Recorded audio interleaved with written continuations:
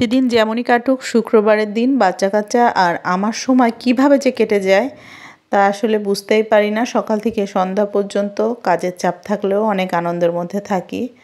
তো আসসালামু আলাইকুম বন্ধুরা, সবাই কেমন আছেন? তো সকাল থেকে ঘুম থেকে উঠতে একটু দেরি হয়ে যায় শুক্রবারে। এমনিতেই উঠে কি করব তাই ভাবছিলাম, তো পোলোয়ার চাউল দিয়ে আর মসুরের ডাউল দিয়ে একটা পাতলা খিচুড়ি করলাম, মানে নরম নরম করে, আর ঝাল ভর্তা করেছিলাম।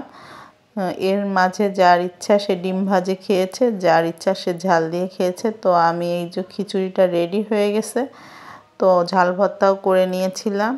তো অনেক মজা হয়েছিল খিচুড়িটা। আর সকালের নাস্তাটা আসলে শেয়ার করা খুবই কষ্ট হয়ে যায়, তারপরও করলাম। আজকে দেরি হয়ে গেছে যদিও বা।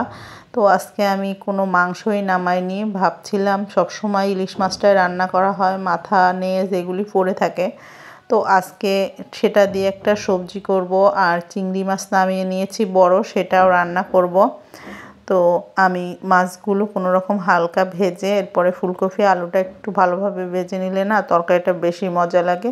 এই জন্য ফুলকপি আর আলু ভালোভাবে ঝাঁকানাকা করে ভেজে নিলাম, আর হালকা পানি দিয়ে তরকারির মশলাটা একটু ভালোভাবে এভাবে নেড়ে চেড়ে কষিয়ে নিয়েছিলাম।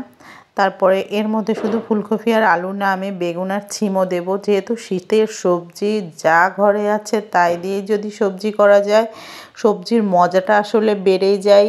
আর এদিকে আমি চিংড়ি মাছ নামিয়ে নিয়েছিলাম, সেই চিংড়ি মাছগুলো একটু ভালোভাবে ঝাঁকানাকা করে ভেজে নিলাম। আর পাশের চুলায় আমার সবজি তরকারিটা একদম রেডি হয়ে গিয়েছে, আর চিংড়ি মাছটা হলেই আমার আজকের আয়োজন শেষ। কারণ আমি বিশেষ কিছুই আজকে রান্না করব না, ভেবেছি হালকা পাতলায়, কারণ আমার আজকে শরীরটা বেশি একটা ভালো লাগছে না, এই জন্য কোনো চাপ নিলাম না আর কি শরীরের ওপরে। হালকা পাতলা রান্নাটাই করে ফেললাম। আর চিংড়ি মাছে দেওয়ার জন্য টমেটো টুকরো করে নিলাম, যেহেতু চিংড়ি মাছটা টমেটো দিলে আমার কাছে অনেক ভালো লাগে। অনেকেই দেখি চিংড়ি মাছে টমেটো দিয়ে থাকেন, তবে আমার কাছে অনেক ভালো লাগে, কার কেমন লাগে জানি না। তো মশলাটা ভালোভাবে কষে টমেটো দিয়ে একটু নাড়াচাড়া করে তারপরে আমি চিংড়ি মাছগুলো দিয়ে দিলাম। চিংড়ি মাছগুলো দিয়ে ভালোভাবে নাড়াচাড়া করে নেব। আর বললাম না, দুপুরবেলা হোক আর সকালবেলায় হোক, যখনই হোক, শুক্রবারের দিন আসলে যতই বলি ব্যস্ত থাকবো না, কম কাজ করব, আসলে শুক্রবার দিনই বেশি ব্যস্ত থাকা লাগে, কারণ জামাই থাকে, সেদিন তো একটু ঝামেলা হবেই। সকাল বিকালের নাস্তাটা একটু বেশি করা লাগে। তো চা আছেই, কারণ চা ছাড়া তো চলেই না সকাল বিকাল দুপুর। আর এই যে আমার সালাদ কাটা হয়ে গেছে, সব কিছু রান্না হয়ে গেছে, আর চিংড়ি মাছটা হয়ে গেছে, ওইদিকে চুলায় দিয়ে আসছি, মনে হয়ে গেছে এই যে অলরেডি।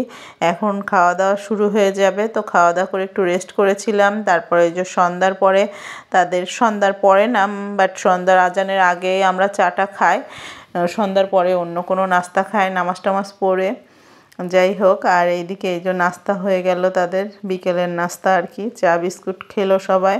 তারপরে আমি একটু আমাদের পাখিটার জন্য খারাপ লাগছিল, যেহেতু ঠান্ডা পড়ছে, তো মন করছি যে কালকে পাখিটাকে একটু ব্যবস্থা করব আর কি, চারিদিকে ঢাকা।